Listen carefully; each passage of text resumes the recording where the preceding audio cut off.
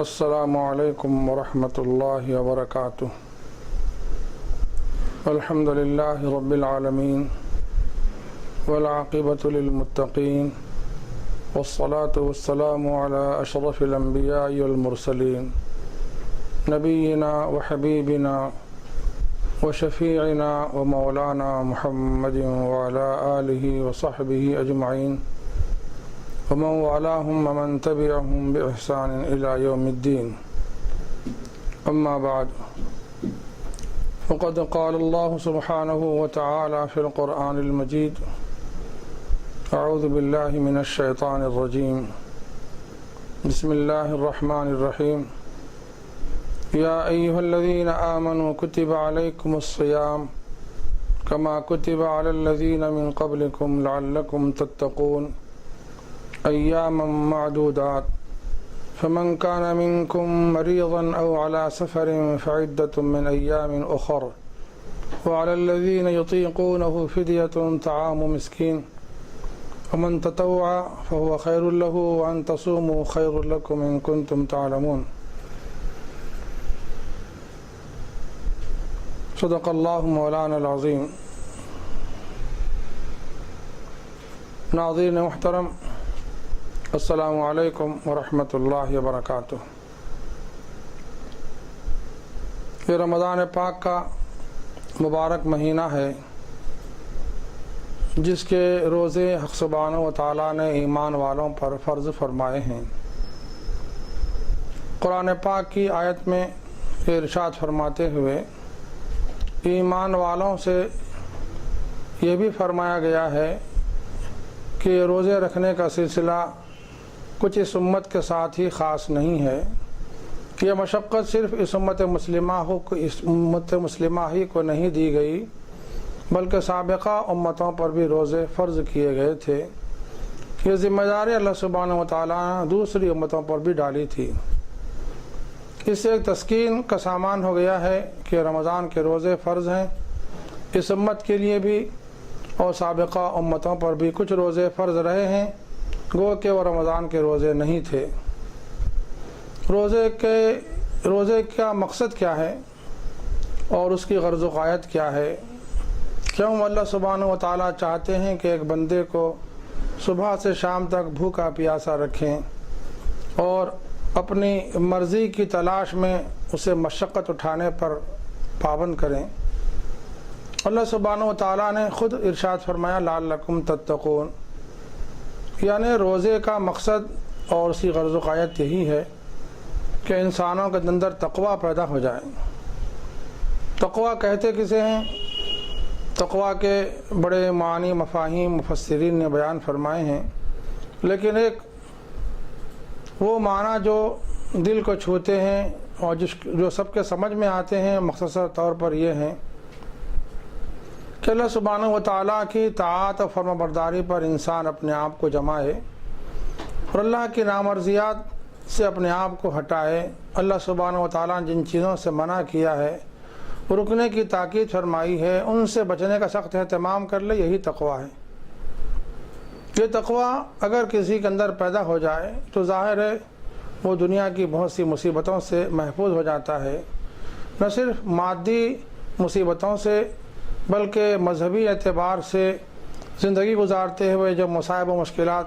آ سکتے ہیں،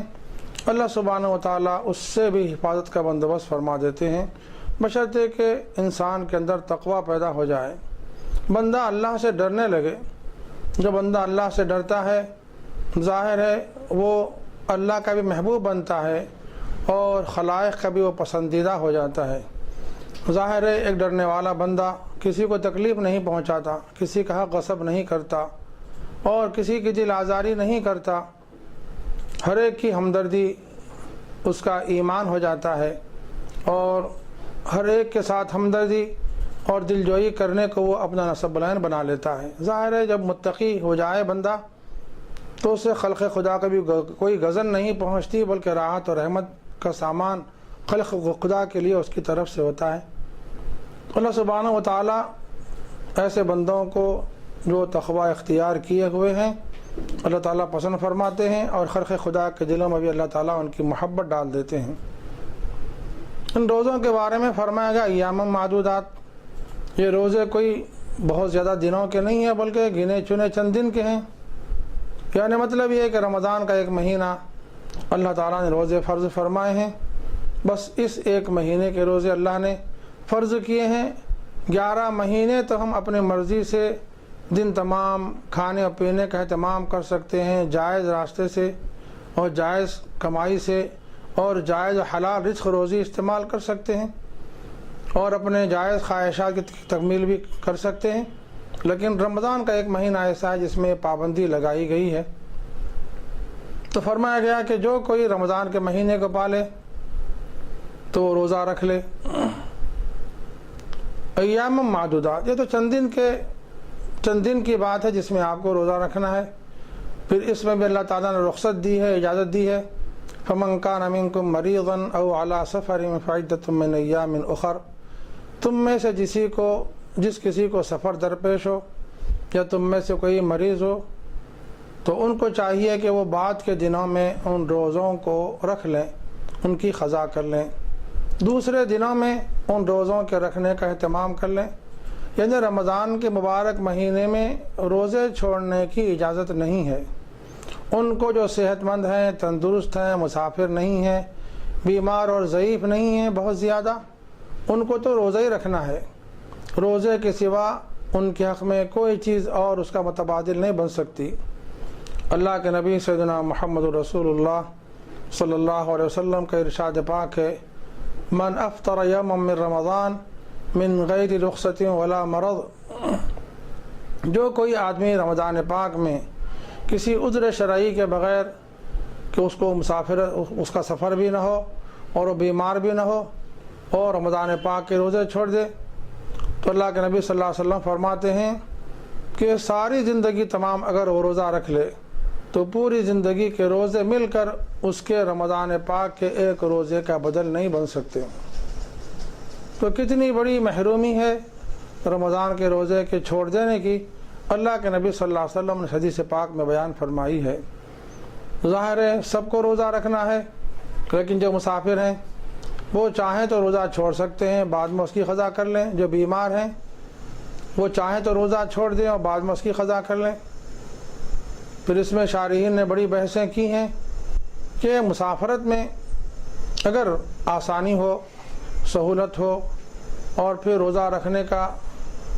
تحمل ہو سکتا ہے تو ظاہر ہے روزہ رکھ لینے ہی میں فضیلت ہے۔ اس کے باوجود اگر کوئی روزہ چھوڑ دے، باوجود ہے کہ سفر میں آرام ہو، راحت ہو اور کوئی دشواری تکلیف نہ ہو، تب بھی روزہ چھوڑ دے تو عند اللہ وہ گناہ گار نہیں ہے، کیونکہ سفر میں اللہ نے خصوصی رعایت دی ہے، اجازت دی ہے کہ وہ چاہے تو روزہ چھوڑ سکتا ہے۔ اسی طرح سے بیمار کے لیے بھی اگر بیماری ایسی ہے کہ بیماری کے زمانے میں اتنی طاقت و قوت رکھتا ہے کہ وہ روزہ رکھ سکے تو اس کو چاہیے کہ ضرور روزہ رکھ لے، اور اگر ایسی مجبوری ہو بیماری کی وجہ سے کہ روزہ رکھنے سے اس کے مرض کے بڑھ جانے کا خطرہ ہو یا روزہ رکھنے کی وجہ سے اس کی صحت کمزور ہونے کا اندیشہ ہو، ایسے سارے حالات میں روزہ چھوڑنے کی بیمار کو بھی اجازت ہے، لیکن ان کے لیے معاف نہیں ہے، بلکہ مسافر جب اپنے سفر سے واپس لوٹ جائے، بیمار جب صحت مند ہو جائے تو پھر رمضان پاک کا مہینہ گزر جانے کے بعد ان چھوٹے ہوئے روزوں کی قضا کر لے، اور ان چھوٹے ہوئے روزوں کی قضا کر لینے سے اس کا فریضہ بھی پورا ہو جائے گا اور وہ وعید کے مستحق نہیں ہوں گے جیسے وہ لوگ جو بلا کسی عذر شرعی کے روزہ چھوڑ دیتے ہیں اور محرومی ان کا مقدر بنتی ہے۔ انشاءاللہ ایسی محرومی ان کا نصیبہ نہیں بنے گی۔ اور فرمایا گیا کہ وَعَلَى الَّذِينَ يُطِيقُونَهُ فِدْيَةٌ طَعَامُ مِسْكِينٍ، پہلے اس بات کی اجازت تھی صدر اسلام میں کہ اگر کوئی روزہ رکھنے کی طاقت رکھتا ہو تب بھی وہ روزہ نہ رکھے تو اس کے لیے رخصت تھی، اجازت تھی کہ وہ روزہ نہ رکھے اور پھر اس روزے کے بدلے کسی مسکین کو 2 وقت کا کھانا کھلا دے۔ اس طرح اس پر کوئی وزر نہیں تھا، وہ روزہ چھوڑ سکتا تھا، لیکن اس وقت بھی سمجھیے کہ ابھارا گیا ہے فَمَن تَطَوَّعَ خَيْرًا فَهُوَ خَيْرٌ لَهُ، وَأَن تَصُومُوا خَيْرٌ لَكُمْ إِن كُنتُمْ تَعْلَمُونَ کہ جو کوئی باوجود یہ کہ وہ روزہ چھوڑ سکتا ہے لیکن روزہ رکھ لے تو اس کے حق میں بہتر ہے، اور اس کے حق میں بہتر ہونے کی کیا توجہ ہو سکتی ہے؟ ظاہر ہے وہ تو بندے اپنے اس مادی دنیا میں اس کا تصور نہیں کر سکتے۔ اللہ سبحانہ و تعالیٰ کن کن رحمتوں سے اسے نوازنے والے ہیں اس کا اندازہ نہیں، لیکن اگلی آیت میں جو فرمایا گیا کہ فَمَن شَهِدَ مِنكُمُ الشَّهْرَ فَلْيَصُمْ، جو کوئی رمضان کے مہینے کو پالے تو بضرور روزہ رکھے۔ اس آیت پاک سے وہ حکم جو سابق میں تھا کہ باوجود قدرت رکھنے کے روزہ چھوڑنے کی اجازت تھی، وہ روزہ رکھ بھی سکتے تھے اور روزہ چھوڑنے کی صورت میں کسی مسکین کو کھانا کھلا کر اس کی پابجائی کر لے سکتے تھے، لیکن اس آیت پاک کے نزول کے بعد وہ حکم منسوخ ہو گیا۔ اب رمضان پاک کا مہینہ جن پر بھی آئے ان پر لازم ہے کہ وہ ضرور رمضان پاک کا روزہ رکھیں، سوائے ان کے جو مسافر ہیں اور ان کے جو بیمار ہیں، باقی سب کے لیے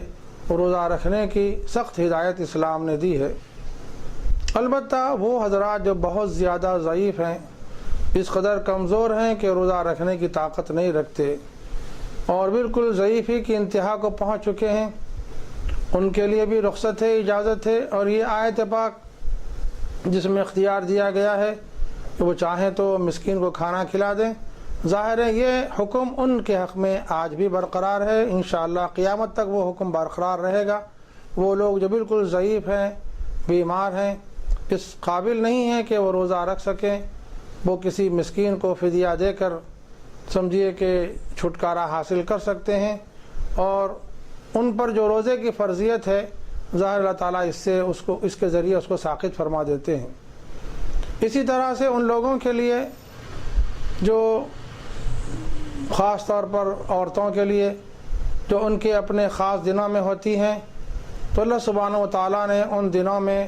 ان کی نماز کو بھی اللہ تعالیٰ نے معاف فرما دیا ہے، چونکہ نماز روزانہ 5 مرتبہ پڑھی جاتی ہے، اور پھر اگر رمضان پاک کے روزوں کے بارے میں جو حکم دیا گیا ہے وہ یہ ہے کہ ان روزوں کی قضا کر لی جائے۔ اس میں حکمت یہ ہے کہ نماز کا اعادہ ذرا مشکل ہے،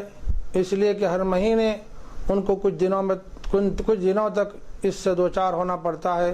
تو 5-5 6 دن کی نمازوں کی قضا دشوار ہوگی، اسی لیے اللہ تعالیٰ نے انہیں اس کو معاف فرما دیا ہے۔ لیکن رمضان کے روزے چونکہ سال میں ایک مرتبہ ایک مہینے کے فرض ہیں، اور 5-6 دن 8 دن اگر اس طرح ان کا روزہ نہ ہوا ہو تو ظاہر ہے کچھ دنوں کے روزوں کی قضا کر لینا کوئی مشکل نہیں ہے۔ اس لیے عورتوں کو حکم دیا گیا ہے کہ ان خاص حالات میں جب انہوں نے روزہ چھوڑ دیا ہو شرعی عذر کی بنا پر تو ان روزوں کی وہ قضا کریں گی۔ اسی طرح وہ عورتیں جو حمل کے زمانے سے گزر رہی ہیں، ظاہر ہے یہ مشقت کا زمانہ ہوتا ہے، اور اس میں اس بات کا خطرہ اور اندیشہ رہتا ہے کہ روزہ رکھنے کی وجہ سے حاملہ کو نقصان پہنچ جائے یا حمل کو نقصان پہنچ جائے۔ ایسی ساری صورتوں میں اسلام نے ان کو بھی رخصت دی ہے، اجازت دی ہے کہ وہ روزے چھوڑ سکتی ہیں، لیکن بعد میں ان روزوں کی قضا کرنا ان پر واجب ہوگا۔ اسی طرح وہ عورتیں جو دودھ پلاتی ہیں اپنے بچوں کو ایام رضاعت میں، دودھ پلانے سے اس بات کا خطرہ ہے کہ ماں کی صحت کمزور ہو جائے، یا یہ کہ دودھ کی پیداوار میں کمی ہو جائے اور بچے کو پوری طرح دودھ میسر نہ آ سکے۔ ایسی تمام صورتوں میں دودھ پلانے والی خواتین کو بھی اسلام نے اجازت دی ہے، رخصت دی ہے کہ وہ ان دنوں میں روزہ ترک کر سکتی ہیں، لیکن بعد میں ان کو ان روزوں کی قضا کرنا ضروری ہے۔ اسلام کے جو احکامات ہیں روزے کے سلسلے میں، ان کو ہمیشہ ذہن میں رکھیں اور اس پر عمل کرنے کی کوشش کریں۔ رمضان پاک کے جو روزے ہیں وہ باعث فضیلت ہیں، بغیر کسی سخت عذر کے روزوں کو چھوڑ دینا بڑی محرومی کی بات ہے۔ اللہ سبحانہ و تعالیٰ نے روزوں کا بڑا اجر و ثواب رکھا ہے۔ حدیث پاک میں آتا ہے اللہ سبحانہ و تعالیٰ ہر ایک بندے کے عمل کا بدلہ اور اس کی جزا اور اس کا ثواب 10 گنا سے لے کر 700 گنا تک عطا فرماتے ہیں۔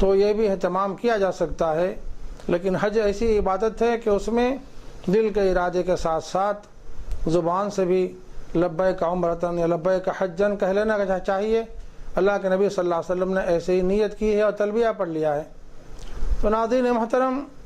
روزہ رکھتے ہوئے جو روزے کا سمجھیے اثاثہ ہے اور جو روزے کا پیغام ہے، جو روزے کا مقصد ہے، اس کو ضرور پیش نظر رکھنا چاہیے۔ روزہ رکھتے ہوئے ہم اگر جو احکام اسلام نے دیے ہیں ان کی رعایت نہ رکھیں اور جو آداب اسلام نے بتائے ہیں ان کا لحاظ نہ رکھیں، تو پھر ہمارے لیے اس روزے کا جو ثمر ملنا چاہیے، فائدہ ملنا چاہیے، وہ نہیں مل سکتا۔ اسی لیے اللہ کے نبی سیدنا محمد رسول اللہ صلی اللہ علیہ وسلم نے فرمایا ہے کہ رب صائم لیس من صیامہ الا الظمأ والجوع، او کما قال علیہ الصلاۃ والسلام، بہت سے ایسے بھی روزے دار ہیں کہ جن کو روزہ رکھتے ہوئے ان کے حصے میں سوائے بھوک اور پیاس کے کوئی چیز نہیں آتی۔ ظاہر ہے روزہ رکھنا ایسا ہو جیسے کہ روزے رکھنے کے احکامات ہیں، روزے کے آداب ہیں، ان کا لحاظ رکھتے ہوئے روزہ رکھا جائے تو اس روزے کا ثمر روزہ رکھنے والوں کو حاصل ہوتا ہے۔ اسی لیے حدیث پاک کو سامنے رکھنا چاہیے کہ روزہ رکھتے ہوئے ہم سے کوئی ایسی کوتاہی اور غلطی نہ ہونے پائے جس کی وجہ سے ہم روزہ رکھتے ہوئے روزے کے ثمرے سے محروم رہیں۔ اسی لیے خاص طور پر احتیاط کی ضرورت ہوتی ہے کہ روزہ رکھتے ہوئے غیبت نہ کی جائے، چغل خوری نہ کی جائے، حسد سے کام نہ لیا جائے اور ریا و دکھاوے سے اپنے آپ کو بچایا جائے، کسی پر ظلم و زیادتی کرنے سے احتیاط برتی جائے، کسی کا دل نہ دکھایا جائے، کسی کی دل آزاری نہ کی جائے، کسی کا حق غصب نہ کیا جائے۔ ظاہر ہے وہ ساری منہیات جس کو اسلام نے منع کیا ہے ہر آن پیش نظر رکھتے ہوئے روزہ رکھا جائے۔ اپنی آنکھ کو بھی روزہ دار بنا لیا جائے، کانوں کو روزہ دار بنا لیا جائے، ہاتھ اور پیر کو روزہ دار بنا لیا جائے، بلکہ سارے اعضاء و جوارح انسان کے روزہ دار بن جائیں، یہاں تک کہ اپنے تصورات کو، خیالات کو بھی روزہ دار بنا لیا جائے۔ ظاہر ہے روزے کے ثمرات و برکات اس کی وجہ سے حاصل ہوتے ہیں، اور پھر اس کے ثمرات جب حاصل ہوتے ہیں تو ظاہر ہیں وہ دیر پا ہوتے ہیں۔ رمضان کے پاک کے مہینہ گزر جانے کے باوجود وہ جو ثمرات ہیں اس کا سمجھیے کہ پھل بندے کے ساتھ رہتا ہے اور اس کے نفع سے وہ زندگی میں مستفید ہوتے رہ سکتا ہے۔ اسی لیے ان تمام چیزوں کو ملحوظ رکھتے ہوئے روزہ رکھنے کا اہتمام کیا جائے۔ تو ناظرین محترم، یہ جو باتیں رمضان پاک کے روزے سے متعلق بیان کی گئی ہیں ان کو ذہن نشین رکھیں اور روزہ رکھتے ہوئے ان باتوں کا خاص طور پر خیال رکھیں تاکہ ہمارا روزہ ضائع نہ ہو اور روزے کی وجہ سے جو اجر موعود ہے اس سے ہم محروم نہ ہونے پائیں، اور جو ثمرہ روزے کی وجہ سے مل سکتا ہے اس سے ہمارا محرومی مقدر نہ بن جائے۔ اسی لیے روزہ رکھتے ہوئے اس کے جو روزہ رکھنے کے احکامات ہیں اور جو اس کے آداب ہیں ان سب کی رعایت رکھتے ہوئے روزہ رکھا جائے تو ظاہر ہے اس کے فوائد و ثمرات ہماری زندگی کا حصہ بن سکتے ہیں۔ یہ چند کلمات تھے جو روزے کے احکام سے متعلق آپ کی خدمت میں رکھے گئے ہیں۔ دعا ہے حق سبحانہ و تعالیٰ سے پروردگار عالم ہم کو نیک توفیق عطا فرمائیے اور رمضان پاک کے صحیح معنی میں قدر کرنے والا بنائیے، اور رمضان پاک کے روزوں کو جیسے کہ اس کے روزے رکھنے کا حق ہے اس کا حق رکھتے ہوئے روزہ رکھنے کی توفیق مرحمت فرمائیے۔ آمین یا رب العالمین۔ صلی اللہ تعالی وسلم علی سید المرسلین وعلی آلہ واصحابہ اجمعین والحمد للہ رب العالمین۔